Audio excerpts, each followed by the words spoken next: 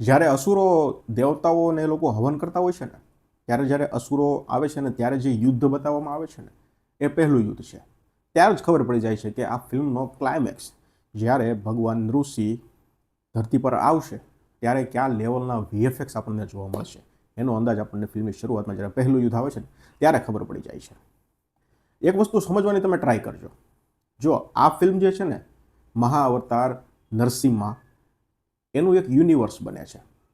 2037 સુધી આ ફિલ્મના અલગ અલગ પાર્ટ આવવાના છે. એટલે એમ કહી શકાય કે જેટલા પણ ભગવાનના અવતારો થયા છે ને, બધા અવતારો પર આ ફિલ્મ આવવાની છે, જે 2037માં કલ્કી પાર્ટ 2 આ યુનિવર્સનો અંત છે.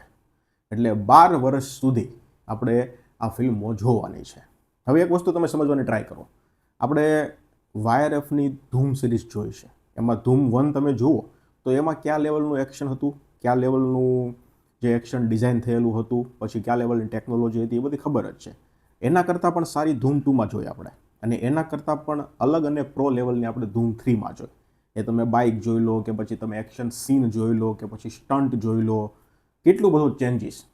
હવે હું એ વિચારું છું કે મહાઅવતાર જે નરસિમ્હા ફિલ્મ છે, આમાં આ લેવલનું વીએફએક્સ આ લોકોએ યુઝ અત્યારે કર્યું છે, તો 2037માં જ્યારે આપણે કલ્કી પાર્ટ 2 જોતા હશું તેમાં કયા લેવલનું વીએફએક્સ હશે, કયા લેવલનું પ્રો ટાઈપનું એડિટિંગ હશે, પ્રો પ્લસ ટાઈપનું એડિટિંગ હશે, એક અલગ જ એક્સપિરિયન્સ હશે. આ ફિલ્મમાં ઘણા સીનો એવા છે કે જ્યાં આપણા રૂવાટા 100% ઊભા થઈ જાય છે. બોલો આ ફિલ્મમાં તો ત્યારે તો કયા લેવલનું આ લોકો એડિટિંગ ને કયા લેવલનું એ લોકોનું ઇમેજિનેશન હશે.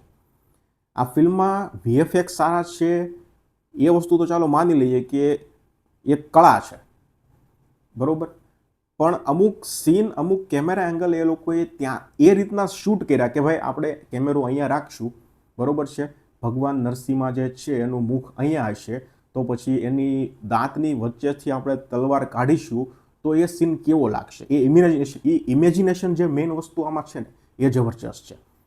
આ તો મેં તમને એક સીન કીધું, આવા ઘણા સીન, ઘણા શોટ, ઘણા કેમેરા એંગલ એવા છે કે જ્યાં લોકોના જે ઇમેજિનેશન છે ને એ અલગ જ લેવલના છે, અને ત્યારે તાળીઓ અને સીટીઓ વગાડવાનું મન થાય છે. એટલે ગજબ લેવલનું કામ કરેલું છે જે લોકો પણ આ ફિલ્મ સાથે જોડાયેલા છે ને, તમામ એટલે તમામ લોકોએ. સ્ટોરી જો તમને કહું ને તો હિરણ્યકશિપુ એનો જન્મથી લઈ અને એના મૃત્યુ સુધીની આખી સ્ટોરી છે. કઈ રીતે એનો જન્મ થાય છે, પછી એ 2 ભાઈઓ હતા, તો ભગવાનનો એક અવતાર છે વારાહ અવતાર, તો વારાહ અવતારે હિરણ્યકશિપુના ભાઈનો વધ કરેલો છે. એટલે આ સ્ટોરીમાં પાછું એવું પણ છે કે અમુક સ્ટોરી તમને કદાચ ખબર ના હોય તો એ પણ આમાં જ છે. હવે આ જે સ્ટોરી હિરણ્યકશિપુના ભાઈવાળી સ્ટોરી છે ને, મને પર્સનલી ખબર નહોતી, આ ફિલ્મ જોઈને મને ખબર પડી. એટલે જે વારાહ અવતાર થયો છે ને ભગવાનનો, એણે હિરણ્યકશિપુના ભાઈનો વધ કરેલો છે.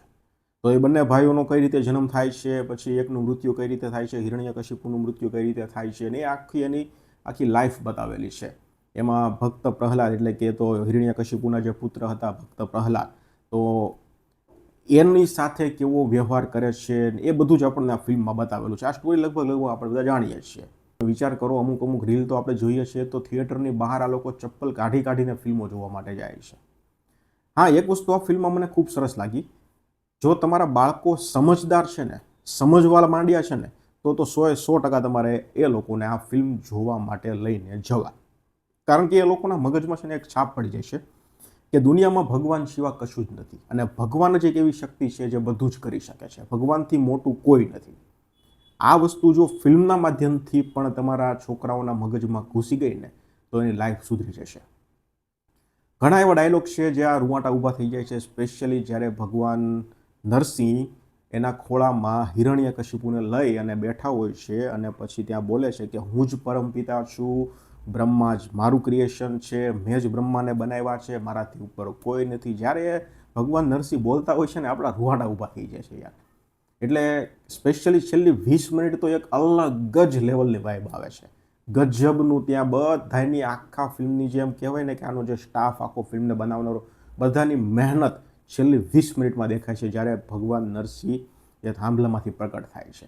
આગળની ફિલ્મ પણ સરસ જ છે, એક મોમેન્ટ એવી નથી આવતી કે જે અમને કંટાળો આવે. શરૂઆતથી લઈ અને અંત સુધી ફાસ્ટ ફેઝમાં આખો સ્ક્રીન પ્લે ચાલે છે. બીજી એક મહત્વની વાત, ફિલ્મનું જે બીજીએમ છે ને જબરજસ્ત છે, આઉટસ્ટેન્ડિંગ હું કહીશ, જબરજસ્ત નહીં પણ આઉટસ્ટેન્ડિંગ, ગજબનું બીજીએમ છે. બીજીએમ અને વીએફએક્સ આ બે જ વસ્તુ છે કે જે તમને છેલ્લે સુધી બાંધી રાખે છે, અને આ બે જ વસ્તુથી તમારા રૂવાટા ઘણી જગ્યાએ ઊભા થઈ જાય છે. એટલે ખૂબ સરસ ફિલ્મ બનાવી છે. એનિમેશન છે છતાં મોટા લોકોએ પણ જોવાય એવી ફિલ્મ છે.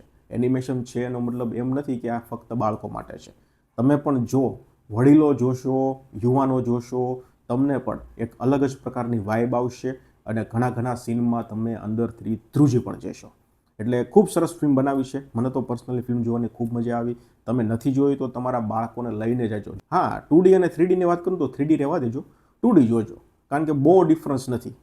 ટિકિટમાં ડિફરન્સ છે પણ જોવામાં એટલો બધો ડિફરન્સ નથી. એટલે ખોટા વધારે પૈસા દેવા એના કરતાં બેટર છે કે 2Dમાં જોઈ નાખો. થોડું સસ્તામાં તમને મનોરંજન મળી રહે. ખૂબ મજા આવે ફિલ્મ જોવાની. ધન્યવાદ.